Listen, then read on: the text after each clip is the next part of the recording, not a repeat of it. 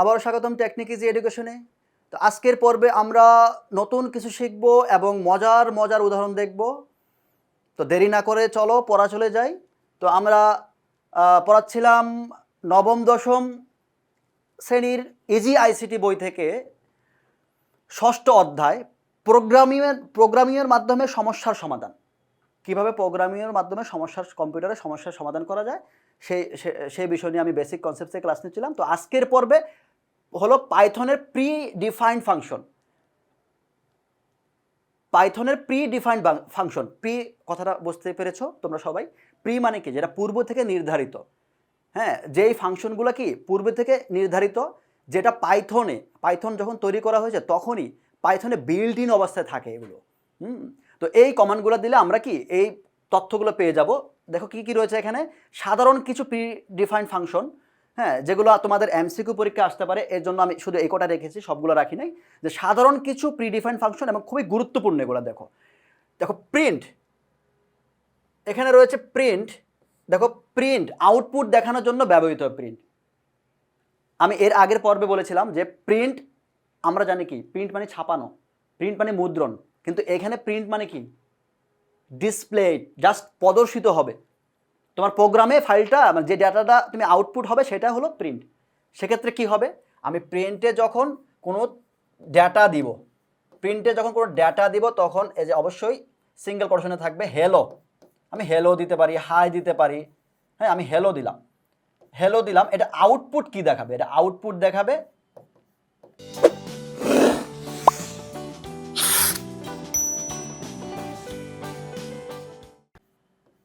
Hello, output দেখাবে এটা। মানে আউটপুট দেখানোর জন্য ব্যবহৃত হয় প্রি ডিফাইন্ড ফাংশনটি। আচ্ছা, এরপর দেখো ল্যানটা মূলত লেংথের সংক্ষিপ্ত। তো এটা একটা প্রি ডিফাইন্ড ফাংশন। তো এটা ব্যবহৃত হয় মূলত কোনো সিকোয়েন্স, যেমন স্ট্রিং, লিস্ট বা যে কোনো সংগ্রহের মোট উপাদানের সংখ্যা দেখায়। এখানে মোট উপাদানের সংখ্যা বা দৈর্ঘ্যটা দেখায়, লেংথটা দেখায়। কেমন? আচ্ছা, এবার দেখো এবিএস, এটা কি অ্যাবসুলেট ভ্যালু, এটা শর্ট ফর্ম। তো এই প্রিডিফাইন্ড ফাংশনটা কি করে, একটা পরম মান দিবে। পরম মান কিভাবে দিবে তোমাদের একটু সহজভাবে দেখিয়ে দিচ্ছি। জাস্ট এই প্রিডিফাইন্ড ফাংশনটা এইভাবে থাকবে। একটা পরম মান দিলাম, এখানে একটা মান দিলাম, ঋণাত্মক মান দিলাম, এটা কি একটা পরম মান দেখাবে, এভাবে আসবে। আচ্ছা, এরপর দেখো রাউন্ডের ক্ষেত্রে কি হবে, রাউন্ড প্রিডিফাইন্ড ফাংশনের ক্ষেত্রে কোনো সংখ্যাকে নির্দিষ্ট সংখ্যক দশমিক স্থানে রাউন্ড করে দেবে, একটা পূর্ণ সংখ্যা নিয়ে আসে পারে, রাউন্ড সংখ্যা দিয়ে দিতে পারে। যেমন 3.7 দিলাম আমি, হ্যাঁ, বা 3.8 দিলাম। হ্যাঁ, সেক্ষেত্রে কি আসবে, সেক্ষেত্রে আসবে হলো একটা রাউন্ড নাম্বার চলে আসবে, 4 চলে আসবে। কেমন? আচ্ছা, এরপর দেখো মিনিমাম। তো মিনিমাম প্রিডিফাইন্ড ফাংশনটা কি করে, তালিকার মধ্যে সবচেয়ে ছোট মানটি খুঁজে বের করবে। আর ম্যাক্সিমামের ক্ষেত্রে অবশ্যই তোমার বুঝতে পারছো, ম্যাক্সিমাম মানে কি বড় নাম্বারটা খুঁজে বের করবে। হ্যাঁ, সর্টেড এটা একটা সিকোয়েন্সে সাজাবে। হ্যাঁ, নতুন ছোট থেকে বড় নতুন করে একটা তালিকা তৈরি করে দিবে। আচ্ছা, এখন সাম কি করবে, এটা কি করবে, এটা আসলে উপাদানের যোগফল বের করে দিবে। কেমন? আচ্ছা, ইনপুট প্রিডিফাইন্ড ফাংশনটি ব্যবহারকারীর কাছ থেকে ইনপুট গ্রহণ করবে। কেমন? আচ্ছা, এবার টাইপ প্রিডিফাইন্ড ফাংশনটা কি করবে, কোনো অবজেক্টের ডেটা টাইপ দেখাবে। এখন আমি যদি এখানে লিখি টাইপ,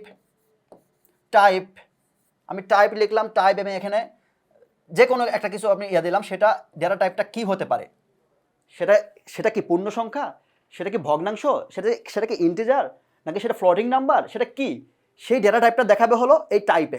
কোনো অবজেক্টের ডেটা টাইপ দেখাবে, সেই ডেটা টাইপটা কীরকম, কী ধরনের ডেটা টাইপ সেটা দেখাবে। আচ্ছা, আমরা এখানে এই প্রিডিফাইন্ড ফাংশনগুলো জানলাম। পাইথন প্রোগ্রামে যে প্রিডিফাইন্ড ফাংশনগুলো আছে, হ্যাঁ, আরও অনেক রয়েছে, সেখান থেকে আমি গুরুত্বপূর্ণ প্রিডিফাইন্ড ফাংশনগুলো তোমাদের কাছে প্রেজেন্টেশন করলাম। তো আজকের পর্ব এখানেই শেষ করা হলো। আগামী পর্ব থেকে আমরা, যেহেতু আজকে আমাদের বেসিক কনসেপ্ট শেষ হয়ে গেছে, আমাদের ক্লাস শেষ হয়ে গেছে, পরবর্তী পর্বে আমরা এমসিকিউ নিয়ে আসবো। এমসিকিউ নিয়ে আমরা ক্লাস শুরু করব। তো পরবর্তী পর্ব দেখার জন্য সবাইকে আমন্ত্রণ জানানো হলো। সে পর্যন্ত সবাই ভালো থাকবে, সুস্থ থাকবে। সবাইকে ধন্যবাদ।